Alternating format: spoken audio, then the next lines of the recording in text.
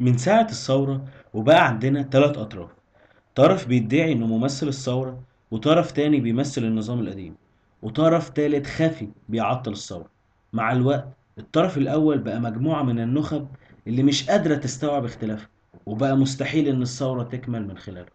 عشان كده إحنا كونا الطرف الرابع، طرف هيبني كوادر مصلحة البلد عندها فوق أي اعتبار حزبي أو أيديولوجي.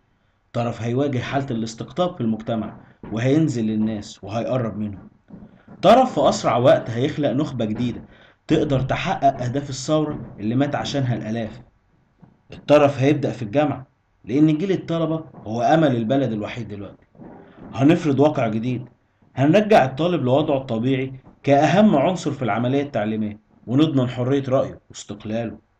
هنبني اتحاد طلبة قوي مش هش، تحترمه الإدارة ويمثل الطلبة بجد. قائمة طرف رابع، أول شارع التغيير. انتظرونا.